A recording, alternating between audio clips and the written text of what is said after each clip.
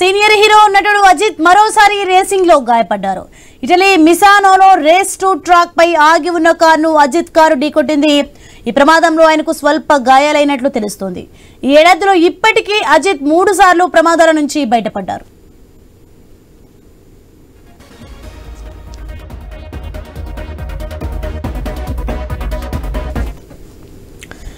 Senior hero నటుడు అజిత్ మరోసారి racing లో గాయపడ్డారు. ఇటలీ మిసానోలో రేస్ టు ట్రాక్ పై ఆగి ఉన్న కారును అజిత్ కారు ఢీకొట్టింది.